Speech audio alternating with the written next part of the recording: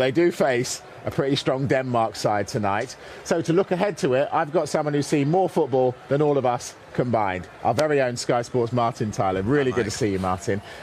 You've seen, as I say, so much football. Does this feel a bit different? It feels exciting, so that's the same, I suppose. I think England have given the nation confidence with what's happened. The one thing, and it's a compliment to them really, they've had nothing awkward that can happen in a football match to deal with. They've been in such commanding positions in the games. Now, the last time we played Denmark, Harry Maguire got sent off, and that was awkward, and England didn't deal with that. But even going a goal down, we don't know quite how the team will react to that. But I'm very confident that this young side, with a relatively young manager, certainly bright and alert and across everything, dealt with everything off the field that's maybe come awkwardly England's way.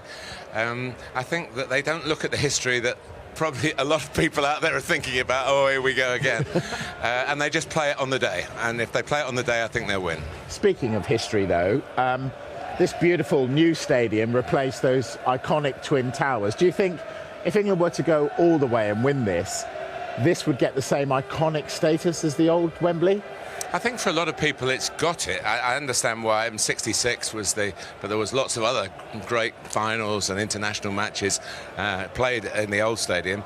But what is it, 14 years, something like that? It's quite a long time, really. I know it's a small chunk of our lives, but for a lot of people it's a big chunk. And I think they look at it what it is, which is the national stadium, a stadium that everyone wants to play at. And that will go for the Danish players, who, of course, many of whom played last year and played here very successfully. And they have got a cause, of course, with the awful situation that Christian Eriksen found himself in.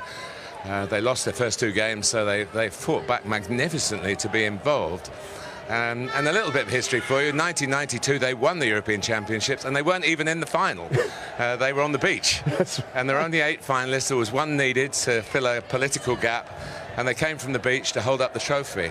Hopefully that's their only fairy tale, and the land of Hans Christian Andersen won't have another one this evening and beyond. But it's a semi-final. I was here very late last night covering the Italy-Spain game, which was riveting right to the very last kick of the ball, and so it could be a long night again, you know. To be honest, I'd take a very boring 1-0 for England, Martin. But you said how you've been impressed with England and Gareth Southgate. They haven't conceded a goal in this tournament yet. Is that something you expected before we started? No, I think the conventional wisdom, anybody who said, oh, England are rock solid defensively before the tournament began, is not telling the truth. They said they did it. But they have been excellent defensively. I thought in the Germany game, it was really, apart from the one mistake, and they got away with it, and Raheem Sterling was head in hands, expecting the worst. I think the nation were as well. But there have been very few defensive mistakes, and they do look... But you can't go on forever keeping clean sheets, and if they do concede tonight, it'll be interesting to see what the reaction is. And if they do concede, I hope it's late in the game when the game's already gone England's way. 60,000 will be in there this evening. How much of an impact will they have? Fantastic. They can bring pressure, of course, you know. But I think the players are so glad to have any sort of crowds back, you know. It's not that long ago where we had no crowds. And so I can't see anybody complaining about it being a negative. So, no, it's... And there will be some passionate Danish fans as well. They're wonderful supporters, by the way.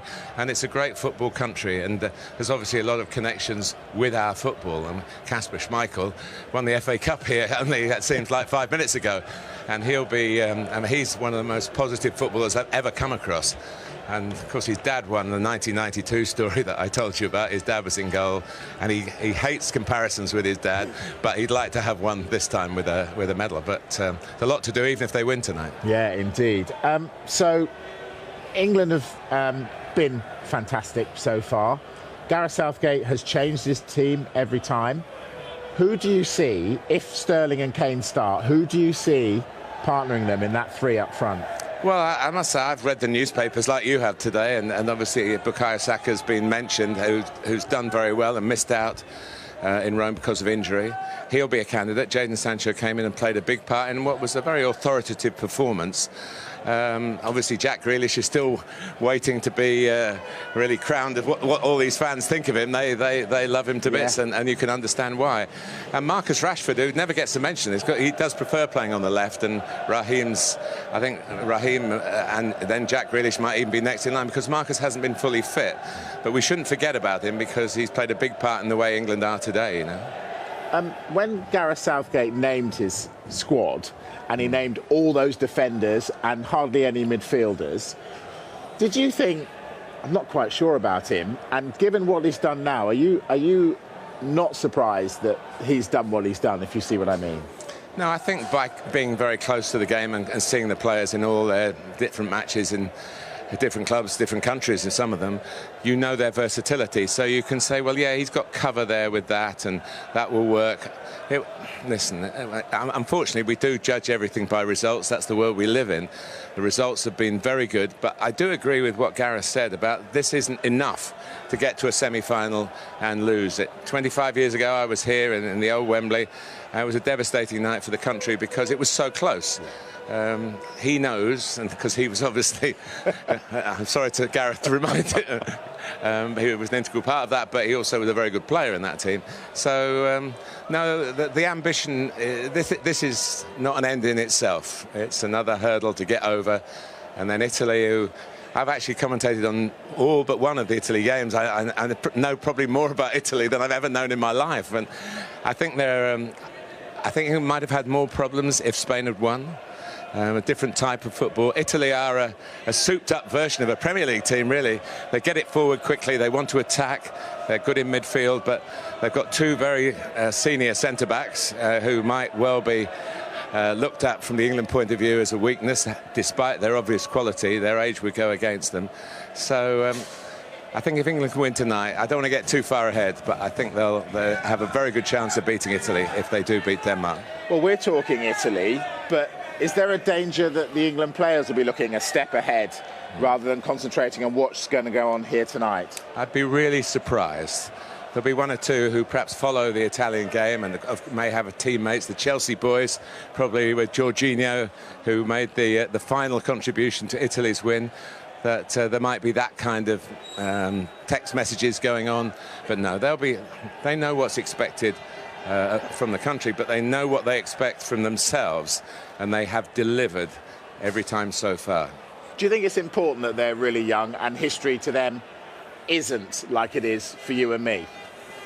Yeah, sometimes, you know, I set a few teasers on SkySports.com, you know, and I try them out on the players that might be involved in the answers. And Harry Kane actually put me right on one that we got wrong in setting the question. So they do know about, particularly their personal history.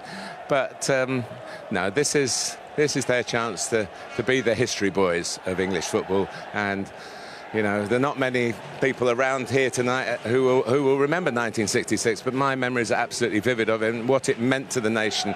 Different times, different ways of celebrating, but a real warmth, and it lasted for months, maybe 55 years. On that note then, if England do go on and win the European Championship, do you expect the same sort of goodwill feeling? I hope so. It'll be very well earned, won't it? I mean, yes, I would.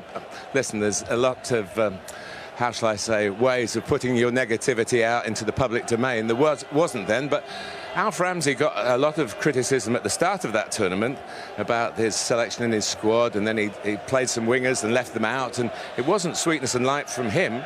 And he was more difficult to deal with as a member of the media than Gareth. I mean, Gareth's sweetness and light compared to the late Alf, who did such a wonderful job, but did it in his own sort of private way. So there are similarities like that, and I'm sure there'll be similarities in the celebration, as much as, of course, we're allowed. I can't be encouraging people to do anything that the law doesn't allow at the moment. But privately, in your own home, go for it if England win. Right, come on. I introduced you as the voice of football, so you are the voice of football. Oh. Is it coming home, Martin Tyler? I'm the worst predictor, so I don't really want to be Say a nothing. predictor. No, stop. Exactly. cut me off. No, thank you. Martin Tyler. Don't jinx it. Thank you very much. Fantastic to see you.